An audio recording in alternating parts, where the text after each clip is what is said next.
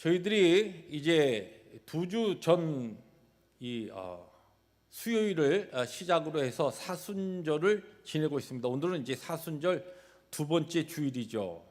우리가 이제 사순절이라 그러면 우리 기독교인들이 특별히 예수 그리스도의 십자가와 그분이 가신 고난의 길을 묵상하면서 우리 모든 크리스찬들이, 우리 신앙인들이 경건과 성결의 삶을 힘쓰는 그와 같은 기간으로 특별히 정한 그와 같은 영적 훈련의 기간입니다. 그런데 우리가 이제 이 사순절 기간 동안에 매해마다 이렇게 부활절을 앞두고서 이 한 주일을 뺀 40일을 사순절로 영적 훈련의 기간으로 지내면서 이것이 반복되면서 과연 우리가 어떻게 실제적으로 이 사순절 기간에 또 2주 전에 우리가 말씀을 통하여서도 목회 단상을 통하여서 나눴습니다마는 단순하게 이 사순절의 훈련으로 끝나지 아니하고 이 40일의 특별한 영적 훈련이 우리의 1년 365일 동안 전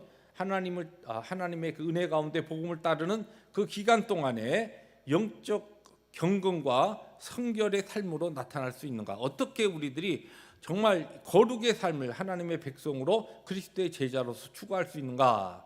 이제 그러한 질문을 우리들이 스스로에게 하게 될 때 거기에 대한 답은 어떻게 보면 아주 심플합니다. 세상과의 이 구별된 삶을 살아가는 것이 바로 특별히 이 사순절에 우리들이 힘쓰고 애쓰는 성결과 거룩의 훈련입니다. 이 세상과 구별된 삶이다. 다시 말해서 죄악으로 인하여 멸망을 향하여 이렇게 달려가고 있는 세상 문화, 그리고 또한 세상과 구별된, 왜냐하면 교회는 세상으로부터 거룩하게 불러 모은 무리이기 때문에 우리 하나님께서 우리를 부르신 그 목적에 부합되는 삶을 살아가기 위해서 힘쓰는 것, 세상과의 구별된 삶, 우리들에게 이것이 어떻게 이루어지냐, 이 훈련이 사실은 사순절 기간에 경건과 성결의 훈련이라 그렇게 이야기할 수 있습니다. 이 세상과 구별된 삶을 이야기할 때 우리 이제 크리스찬들에게는 두 가지 방법이 있습니다. 하나는 우리가 구별된 거룩한 교회로, 또한 거룩한 무리로 세상을 향하여 영향을 끼치는 능동적인 삶을 통하여 세상과 구별된 삶을 살 수 있습니다. 또 하나는 이 세상으로부터 오는 그와 같은 불신앙적이고 또 타락한 문화로부터 우리 자신을 보호하고 지키는 것으로부터 세상과의 구별된 삶을 살 수가 있습니다. 그것을 달리 이야기하면은 세상에 영향을 끼치는 삶, 이건 능동적인 삶이죠. 또 하나는 이제 수동적으로, 피동적으로는 세상이 우리에게 주는 영향을 우리가 차단하는 것, 받지 않는 삶. 오늘 말씀의 포인트가 이제 바로 이 맨 마지막 부분입니다. 우리가 이 사순절뿐만 아니라 우리의 전 생에 있어서 거룩과 성결의 삶을 우리들이 살아가기 위하여 또 하나님의 백성으로 우리의 그 정체성을 분명히 하고 거룩한 삶을 사는 공동체와 가정과 또한 하나님의 개개인의 백성으로서 살아가기 위하여서는 아주 중요한 부분이 무엇이냐면 세상에 아주 강력한 죄악된 영향을 어떻게 우리가 차단하느냐, 우리의 삶에 들어오는 것을 어떻게 우리들이 막느냐, 이것이 우리의 거룩한 삶, 성결의 삶을 추구하는데 너무너무 중요한 부분이라는 것입니다. 바로 이 부분을 우리들이 나누기 위해서 오늘 말씀의 제목을 우리가 거부해야 할 두 가지 영향력이라는 제목을 가지고 오늘 우리가 함께 읽은 본문의 말씀을 배경으로 해서 우리 주님께서 우리에게 주시는 중요한 그 교훈을 함께 나누려고 합니다. 오늘 우리가 읽은 본문의 말씀의 배경은 우리가 잘 아는 오병이어의 기적과 칠병이어의 기적을 배경으로 합니다. 벳세다 들에서 주님께서 떡 5개와 물고기 2마리로 장정만 5,000명을 먹이시는 기적을 행하신 사건, 이것은 유대인들 대상으로 이루신 주님의 특별한 기적과 표적입니다. 그 다음에 이 데가볼리 지역으로 내려오셔서 그 갈릴리 가까운 곳에서 성경에 보면 그것이 산지라고 볼 수 있고 산지와 같은 구름, 또는 광야라고 볼 수 있는데, 이곳에서 이방인들을 대상으로 떡 7개와 물고기 2마리로 4,000명의 장정을 4,000명의 이 사람을 먹이신 그 두 번째 기적, 이것이 오늘 말씀의 배경입니다.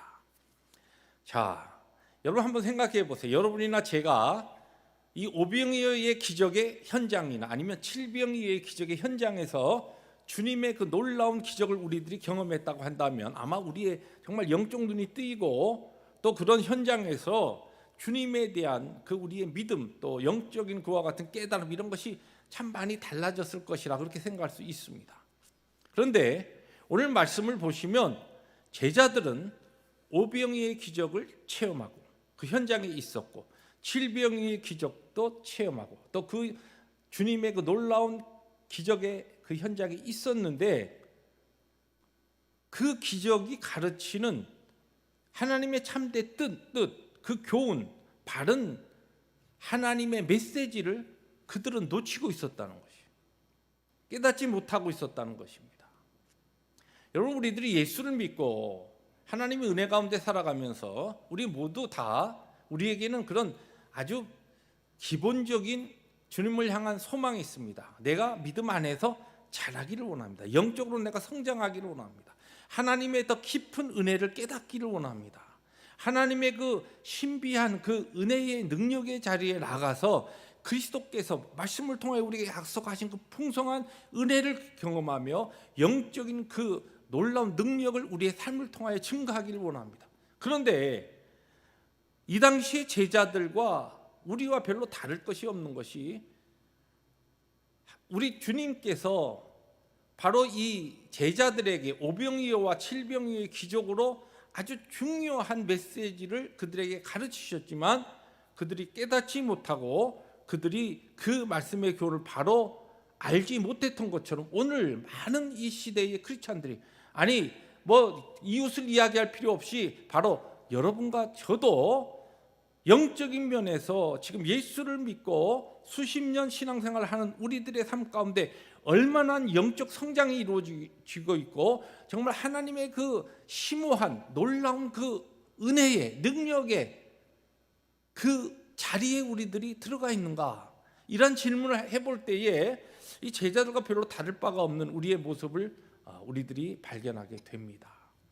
왜 이런 문제가 생겼는가? 우리가 잘 알듯이 오병이어와 칠병이어, 모든 성경에 나온 기적은, 기적을 포함하여서 예수님이 하신 모든 사역이나 모든 메시지는 다 그 가르침의 마지막 포인트는 누구냐면 예수 그리스도입니다. 이 오병이어의 기적, 칠병이어의 기적도 배고픈 사람들이 하나님의 능력으로 그 배고픈 문제를 해결했다라고 하는 그것이 가르침의 포인트가 아니고, 예수 그리스도께서 우리의 생명의 떡이 되시고, 예수 그리스도께서 유대인이나 이방인이나 모든 인류에게 그의 몸이 십자가에서 찢겨서 나누어짐으로써 그 예수 그리스도의 살을 먹는 자, 생명의 떡을 믿음으로 받아 먹는 자는 영생을 얻고, 생명의 떡을 통하여서 영원한 하나님의 약속된 구원에 들어가게 되며, 그 구원을 받은 자들은 예수 그리스도께서 우리에게 주신 그 생명의 떡, 사람이 떡으로만 살 것이 아니요 하나님의 입에서 나오는 말씀으로 산다고 하신 이 놀라운 하나님의 약속의 말씀을 깨달으면서 그 주님의 말씀을 통하여, 이 주님의 말씀은 예수님, 바로 그분을 이야기합니다. 그분을 통하여 우리가 날마다 힘을 얻고 오늘을 살게 되고 하나님의 영광을 위하여 사는 그 능력이 바로 예수 그리스도로부터, 예수님의 그 말씀으로부터 오게 된다라고 하는 것입니다. 이것이 지금 오병이어와 칠병이어의 기적의 주제였습니다. 자, 그런데 제자들은 오늘 말씀해 보시면 예수님께서 말씀하십니다. 너희들이 깨닫지 못하고 있다. 깨닫지 못하고 있다. 답답하다는 것입니다. 왜 이들이 깨닫지 못했느냐? 그 이유에 대해서 주님께서 15절에 보니까 예수께서 경고하여 이르시되 삼가 바리새인들의 누룩과 헤롯의 누룩을 주의하라 하시니 사실 이 말씀을 깨닫지 못하는 것으로 오늘 본문의 흐름이 되어 있지만, 오늘 본문 말씀을 조금 더 깊게 들어가 보면은 제자들이 오병이의 기적을 통하여서도 칠병이의 기적을 통하여서도 참된 주님의 그 메시지를 놓치고 있었던 것은 주님께서 제자들에게 영향을 끼치고 있었던 바리새인들의 누룩, 또한 헤롯의 누룩이 문제였다는 것을 지금 성경은 우리에게 가르쳐주고 있습니다.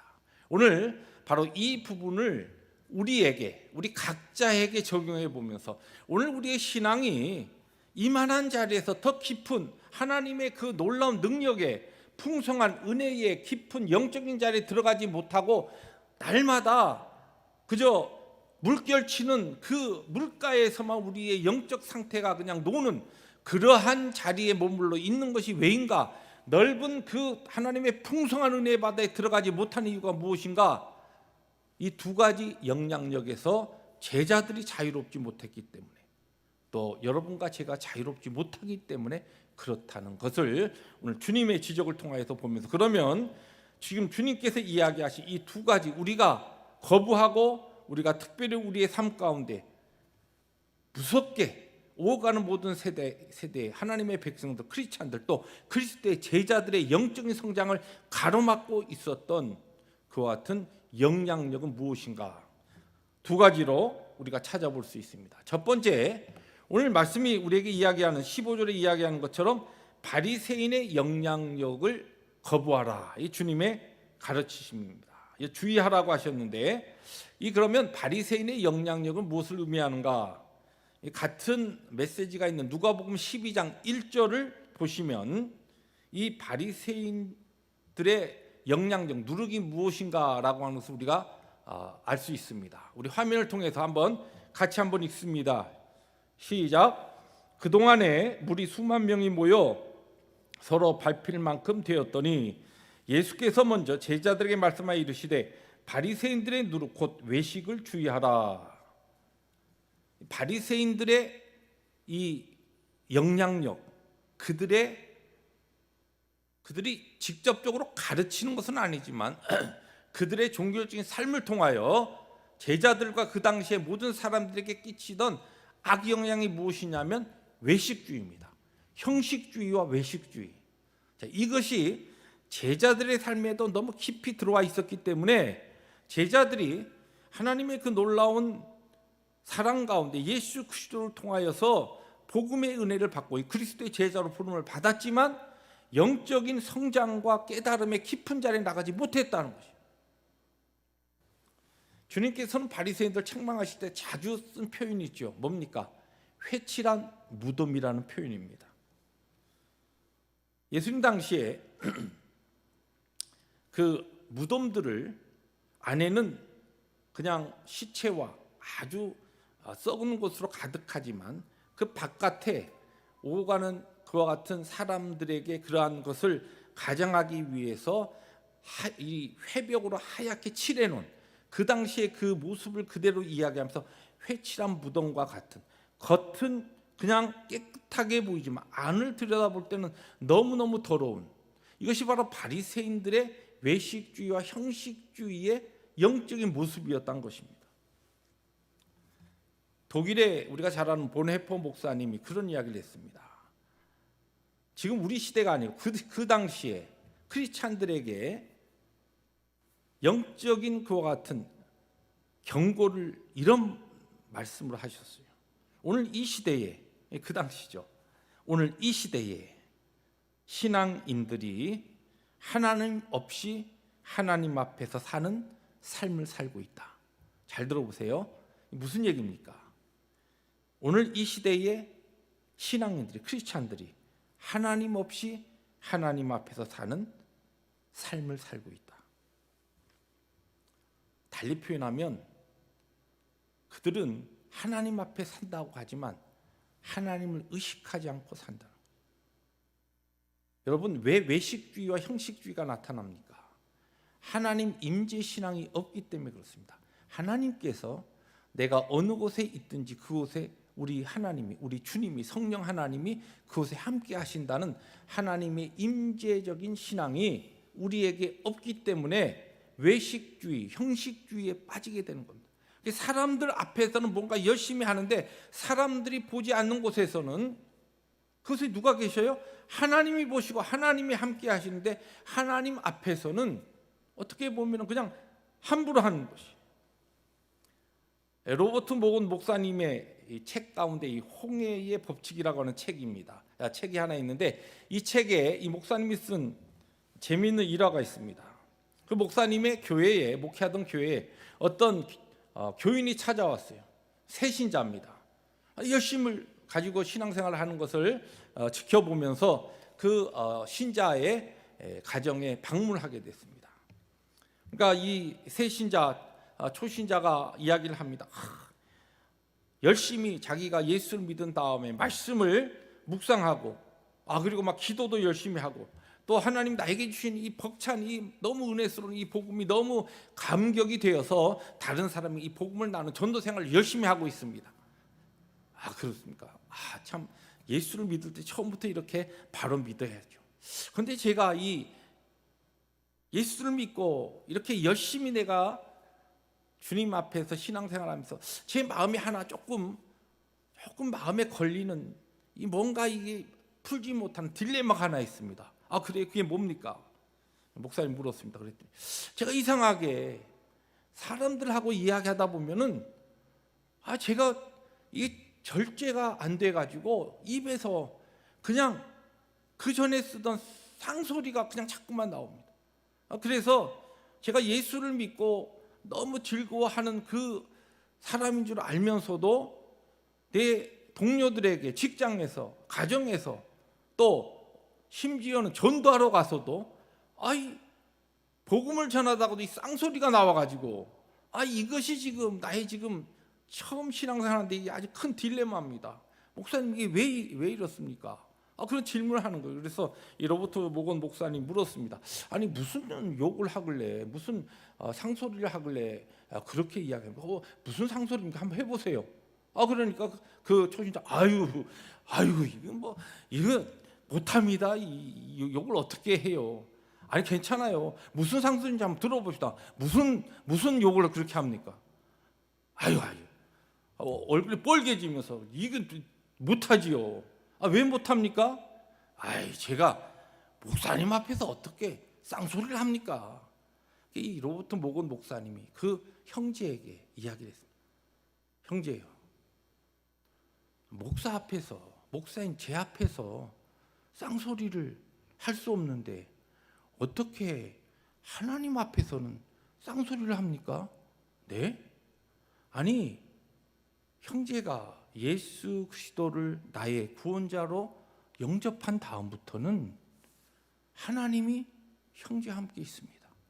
어디에 있든지 어느 곳에 가든지 그곳에 하나님이 함께 하시는데 목사 앞에서는 쌍소리를 못하면서 어떻게 하나님 앞에서는 쌍소리가 나옵니까? 그때 그 형제가 이 놀라운 하나님의 임재의 신앙에 대해서 깊은 깨달음을 통하여 변화되었다는 것입니다. 우리의 신앙생활이 초신자의 그 자리에서 막 예수 그리스도를 믿은 그 자리에서 머물러 있는 하나도 성장하지 아니하고 변화되지 않는 중요한 이유가 무엇이냐? 하나님의 임재 신앙이 우리의 신앙의 코스에 뼈저리게 우리의 삶 가운데 그렇게 뿌리 내리고 있지 않기 때문에 그런 것이에요.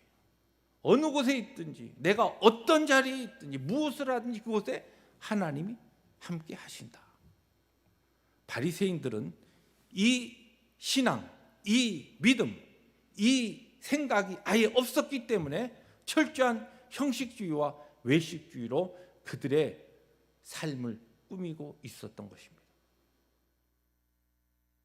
하나님의 백성들도 그리스도의 제자들도 이러한 형식주의와 외식주의의 영향을 받게 될 때 우리의 신앙이 더 이상 성장하지 못하고 답보 상태에 머물게 되며 우리의 성결과 거룩의 삶이 더 이상 하나님 앞에서 훈련되지 못한다는 것이 오늘 주님의 지적인 것입니다.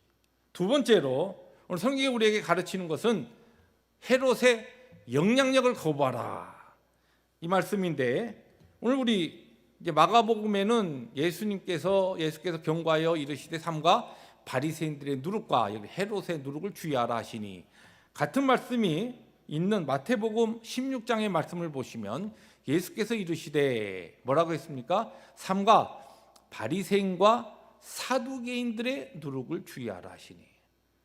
그럼 앞에 바리새인은 똑같은데 오늘 마가복음은 헤롯의 누룩이라고. 이 헤롯의 누룩은 우리가 잘 알듯이 누룩이 뭐예요? 빵에 들어가서 막 부풀게 영향력을 끼치는 거죠.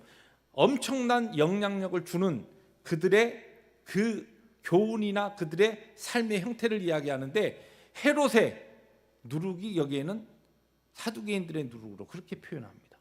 그럼 이게 주님께서 헤롯으로 했든지 사두개인으로 했든지 둘 중에 하나를 했는데 마태와 마가 둘 중에서 한 명이 기억을 잘못해서 이걸 쓴 건가요? 아닙니다. 바로 헤롯의 누룩과 사두개인들의 누룩에, 그들의 교훈에, 그들의 영향력은 아주 똑같은 그와 같은 성격을 띠고 있기 때문에 그렇습니다. 우리가 잘 아는 이 당시에 이 헤롯은 분봉왕으로 로마의 승인을 받아서 이스라엘 지역을 분할한 그 지역의 일부분을 다스리는 왕이었습니다. 그런데 이 헤롯 왕가의 기록들을 보면 헤롯 왕가의 특징이 뭐냐면 세상적인 욕망과 특별히 물질에 대한 탐욕으로서 그들의 이 헤롯 왕가가 완전히 망가진 것을 이 역사가들이 기록합니다. 또 성경에도 중간중간에 보면 사도행전에 이르기까지 이 헤롯 왕가의 아주 반복되는 것과 같은 죄악된 모습이 바로 이와 같은 모습입니다. 근데 사두개인들은 우리가 잘 알듯이 제사장 출신들로서 그 당시에 로마와 결탁해서 정치적으로, 그리고 정치적인 것뿐만 아니라 이스라엘의 형식적인 그 종교적인 그런 그 실권을 가지고 있었던 사람이에요. 그 정치적으로 종교적으로 실권을 가지고 이 사람들이 무엇을 추구했느냐? 한마디로 세상적인 부와 물질을 추구하던 대표적인 그룹이 누구냐? 사두개인들입니다. 여기 지금 헤롯과 사두개인들의 교훈과 그들의 영향력을 주의하라는 것은 다른 것이 아닙니다. 물질주의, 세속주의를 우리들이 경계하라는 것이, 하나님의 백성으로 이것을 우리들이 막지 못하면 절대로 그리스도의 제자로 하나님의 백성으로 경건의 삶을 살아갈 수가 없다는 것입니다. 여러분, 제자들의 영적 눈이 어두워진 이유, 그들의 신앙이 맹목적이고 신앙이 성장하지 못했던 가장 중요한 이유가 지금 주님께서 두 번째로 뭘 지적하십니까? 이들의 역량, 물질주의 역량이라는 것이. 쉽게 이야기하면 먹고 사는 문제입니다. 어떻게 보면 제자들은 주님이 부르실 때에 그들의 먹고 사는 문제, 그물을 다 버려두고서 주님을 따른 사람들입니다. 그런데 왜 그들이 먹고 사는 문제에 완전히 자유롭지 못했을까요? 주님께서 마태복음 6장 24절에 보면 이런 아주 중요한 가르침을 하십니다. 너희가 하나님과 재물을 겸하여 섬기지 못하느니라. 너희들이 한 주인을 섬긴다, 두 주인을 같이 섬기지 못한다. 그런데 그리스도를 따르는 제자들에게, 오가는 세대의 모든 사람들에게 주인으로 하나님을 주인이라 하면서 그 주인의 자리에 올라설 수 있는 세상의 유일한 것이 뭐냐면 재물이라는 것이, 물질이라는 것이. 여러분들이 이런 말씀을 들을 때 그런 마음에 나름대로의 변명이랄까 대답이 나올 수 있습니다. 아니, 조금 어느 정도 먹고 사는 문제, 재정적인 문제, 경제적인 문제가 안정이 되면 저도 이 문제에 이렇게 매달리지 않습니다. 이것이 조금 안정이 되면 저는 그때 정말 하나님을 열심히 섬길 수 있습니다. 여러분, 이 예수님께서 마태복음 6장에 이 메시지를 전할 때 그 대상들, 그들의 삶의 형편이 어떤 사람들이었습니까? 우리 교회에서 모르겠습니다. 가장 경제적으로, 물질적으로 지금 어려운 가운데 있는 그분하고 이 당시에 예수님 당시에 주님의 말씀을 듣고 있었던 그 군중들, 적어도 우리들이 그래도 이 미국 땅에 살고 있을진데 아마 주님의 그 당시에 이 메시지를 듣고 있었던 그 군중들의 그 누구보다도 훨씬 더 경제적으로 나은 형편일 것입니다. 그러므로 지금 이 재물의 문제와 하나님의 문제에 대한 것은 결단코 우리의 삶의 어떤 수준과 경제적인 어떠한 수준의 기준에 의해서 받을 수도 있고 은혜 받을 수도 있고 아니면 조금 미룰 수도 있는 메시지가 아니라는 것입니다. 우리가 이 땅에 살아가는 동안 하나님의 은혜 가운데 호흡하며 이 땅에 살아가는 동안 저나 여러분 모두가 날마다 이 말씀을 통하여서 우리 자신을 말씀에 비추어서 우리를 날마다 보면서 점검하면서 내가 정말 하나님과 물질, 하나님과 재물 가운데 하나님의 자리에 재물과 물질을 더 올려놓고 우선순위하는 그러한 삶을 없는가? 이 헤롯의 영향력, 사두개인들의 영향력이 나에게는 미치고 있지 않는가? 지금 세상의 물질 황금만능주의의 이 세상의 영향력이 나의 삶에도 깊이 들어와 있지 않은가? 이것을 하나님 앞에 정직하게 질문하고 거기에 대해서 하나님 앞에 신실한 답으로 우리들이 살아가야 한다는 것입니다. 로버트 핑크 목사님이 신학자이신데 이분이 교회가 쇠퇴하고 있는 그 원인을 여러 가지 자료를 가지고 조사 연구했어요. 그래서 그 자료를 연구한 것을 발표한 적이 있는데 그 연구에 의하면은 교회가 이 시대에 쇠퇴하는 것 이유 중에 하나가 교회가 교인들에게 헌신을 요구하고 있지 않기 때문이다. 그러한 연구 결과를 발표했습니다. 그러면서 그 내용들을 보면 이런 내용이 쭉 전개됩니다. 교인들로 하여금 부담 없는 신앙을 하게 하면 사람들이 부담스럽지 않게 교회에 찾아올 것으로 생각하고 현대 교회가 그렇게 교인들을 유도하고 그렇게 다독거린다. 그러나 그것은 착각이다. 왜냐하면 하나님의 백성과 그리스도의 제자가 된 다음에 우리에게는 초이스가 없다는 것이. 하나님이 우리의 삶의 주인이냐 아니면 물질이 주인이냐 세상이 주인이냐 재물이 주인이냐.